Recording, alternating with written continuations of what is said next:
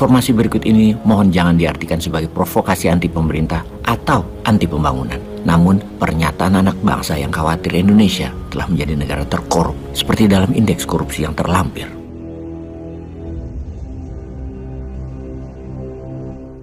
Dan mengapa hal itu bisa terjadi? Apakah ini ego pejabat tertinggi yang mengatakan dalam hati, gue biarin lu main, tapi jagain posisi gue selamanya ya? Begitukah? Pastinya tidak. Pastinya itu hanya hoax dari pandangan Bosman. Tidak ada pejabat yang ingin menjabat selamanya, namun mendiamkan uang negara dibagi-bagi di korupsi sesama kroninya. Dan pejabat walaupun bukan kroni, namun supaya mendukung dirinya menjabat selamanya, didiamkan, bermain-main dengan jabatannya untuk memperkaya dirinya, pejabat dan kroninya. Benar begitu selama ini ya? Wah, nggak tahu juga. Namun semua itu harus kita perdalam. Membahas kita anti pembangunan dalam pemerintahan ini. Hal ini harus diluruskan karena kita tidak anti pembangunan dan tidak anti kegiatan membangun infrastruktur yang selama ini dibangun. Itu info hoax dari para buzzer rupiah seakan kita anti pembangunan yang dilakukan pemerintah saat ini. Sehubungan dengan itu kita jawab, benar, kita anti membangun dengan hutang. Karena membangun dengan hutang bisa bukan membuat pertumbuhan, namun bisa malah membuat bangkrut. Karena kita pasti semua setuju kalau membangun itu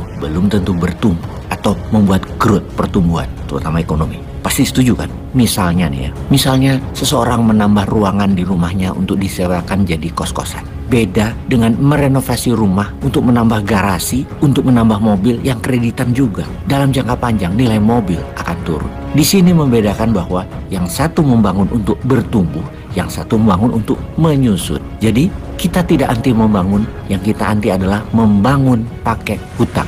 Jelas ya? Kita bahas tema utama kita sekarang. PLN merugi ratusan triliun hingga 500 triliun.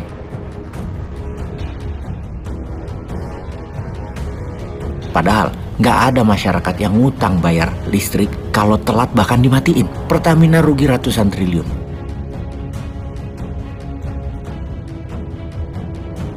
Padahal bayaran kita di pom bensin semua tunai. Gas melon atau gas tabung lainnya, semua kita beli tunai. PGN dijual karena merugi ke Singapura. Rajin membangun infrastruktur namun BUMN karya-karya kok malah merugi. Masyarakat yang kalau naik kereta api tunai kita bayar, KAI-nya terlilit hutang besar, menanggung beban investasi kereta cepat dan pembangunan lainnya.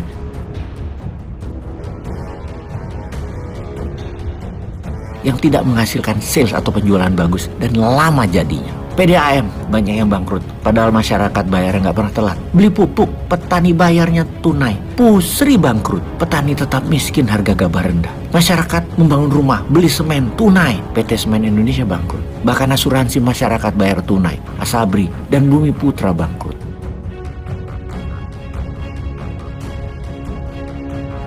BPJS terlilit hutang. Lebih aneh lagi, kita beli tiket pesawat Garuda, itu airline harga tiketnya termahal, Garudanya bangkrut.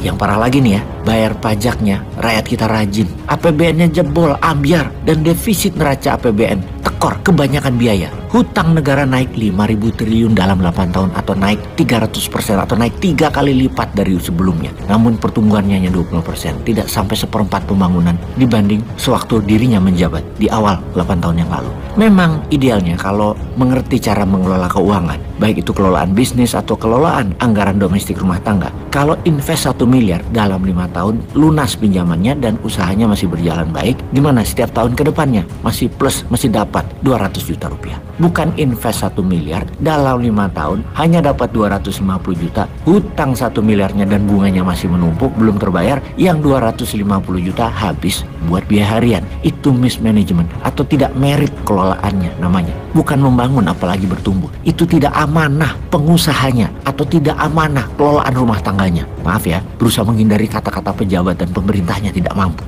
Jangan sampai kita mengatakan pejabatnya tidak mampu karena mereka itu pilihan 60% masyarakat yang saat ini pun masih disukai. Jadi bagaimana kita melihat masalah ini semua dan apa solusinya? Nah, itu ciri New Mind. kritis dalam melihat masalah, kritik masalahnya, dan kemudian memberikan solusi. Kalau kita melompat ke depan, sebenarnya solusinya sudah ratusan kali kita katakan, tutup Kementerian BUMN. Perusahaan BUMN di merger yang satu model bisnis dengan akuisisi atau swap share. Perusahaan BUMN yang merugi, yang hanya mengerjakan proyek aman, proyek negara, ditutup. Lalu perusahaan BUMN yang sudah ramping dari 800-an perusahaan jadi 50-an, semua dilepas ke publik, IPO. Bahkan lebih dari 51%-an share dilepas, di mana mekanisme pasar kemudian dijalankan. Tidak ada lagi proyek pemerintah dikerjakan BUMN. Semua tender normal dari Bappenas, pengendali proyeknya. Nah, informasi tutup Kementerian BUMN sebenarnya ya itu melompat karena pasti banyak yang nggak setuju kalau informasinya begini. Namun kalau kita melihat sekarang semua proyek pemerintah kalau dikerjakan swasta mungkin harganya setengahnya saja selesai itu proyek.